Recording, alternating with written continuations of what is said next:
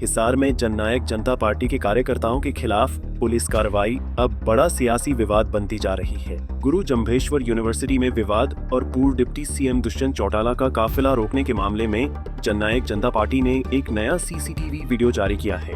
उन्होंने पुलिस की कार्रवाई को गुंडागर्दी और एनकाउंटर जैसी दहशत फैलाने वाला कदम बताया। पहले दिन से जिस दिन ये इंसिडेंट हुआ था, 16-17 की रात की बात है, रात के अंधेरे में जिस प्रकार से हमारे कार्यकर्ताओं को, पदाधिकारियों को, उनके परिवार के सामने बड़ी बर्बरतापूर्वक तरीके से, दरिंदगी पूर्वक जिस प्रकार से हार्डकोर क्रिमिनल्स को उठाया जाता है, उस प्रकार से पुलिस की टीमों ने, जिसमें 40 से 50 पुलिसकर्मी थे, उठाया गया।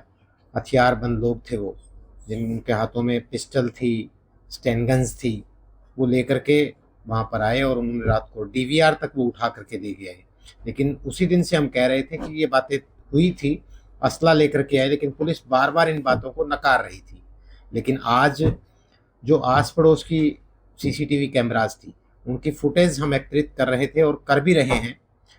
उनमें से एक दो हमने जब उसको स्टडी किया, देखा, वॉच आउट किया, तो आज एक वायरल की हमने, शेयर की हैं आप लोगों के साथ। उसमें साफ तौर पर नज़र आ रहा है कि सीआईए इंस्पेक्टर उसमें हाथ में पिस्टल लोड करता हुआ नज़र आ रहा है, और डीएसपी कमलजीत, जिनको जांच अधिकारी बना रखा है पुलिस की तरफ से इस सारे मामले की, वो भी उसमें शामिल हैं। तो किस प्रकार से उस वीडियो में दिखाई दे रहा है कि रात के अंधेरे में किस प्रकार से वो लोग, रवि आहूजा हमारी पार्टी की जिला प्रवक्ता हैं, उनके घर में प्रवेश किया, उनके परिवार के लोगों के सामने बड़ी दहशत पूर्ण रवैया अपनाते हुए इस प्रकार की घटना को अंजाम दिया। हम पहले दिन से उनके ऊपर इस प्रकार के आरोप लगा रहे हैं और पुलिस के आला अधिकारियों की तरफ से उन आरोपों को नकारा जा रहा है। लेकिन जो वीडियो फुटेज सामने आ रही है, उससे पुलिस की संलिप्तता स्पष्ट तौर पर नजर आ रही है। एडवोकेट मनदीप बिश्नोई ने कहा कि इस पूरे मामले को लेकर मानवाधिकार आयोग, राष्ट्रीय अनुसूचित आयोग और गृह मंत्रालय को शिकायत दी गई है। इसके बारे में हमने जो एक आम इंसान के मानव अधिकार हैं उसका आनन हुआ है, उसको लेकर के स्टेट ह्यूमन राइट कमीशन को एप्लीकेशन दी गई है। साथ ही साथ national commission for SC and ST, उनको एप्लीकेशन दी गई है। होम मिनिस्ट्री को लिखा गया है कि इस मामले की अच्छे से जांच की जाए, बिल्कुल पूरे के पूरे फैक्ट्स के अनुसार।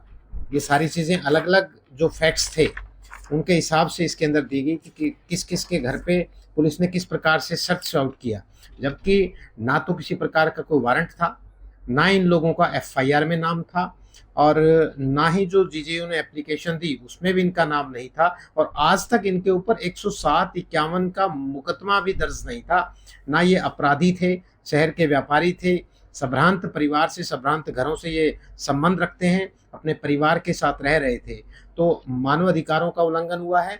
हमारे एक साथी हैं विजेंद्र धानक जी, जो अनुसूचित जाति प्रकोष्ठ के जिलाध्यक्ष हैं हमारे, उनके घर में घुस करके बड़ा बेइज्जत उन्हें किया, उनकी डीवीआर उठा ली, और उनकी डीवीआर तो उस कमरे में लगी हुई थी जिस कमरे में उनकी बेटियां सो रही थी।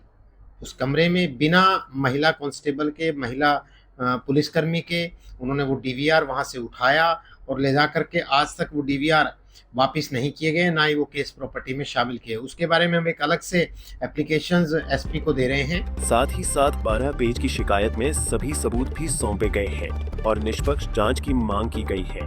हिसार से विनोद सैनी, पंजाब केसरी टीवी। हमसे जुड़े रहने के लिए हमारे YouTube चैनल को सब्सक्राइब करें और नई वीडियो की नोटिफिकेशन के लिए बेल आइकॉन को दबाएं। अगर आप ये वीडियो Facebook पर देख रहे हैं तो लाइक जरूर करें और ज्यादा से ज्यादा शेयर करें। धन्यवाद।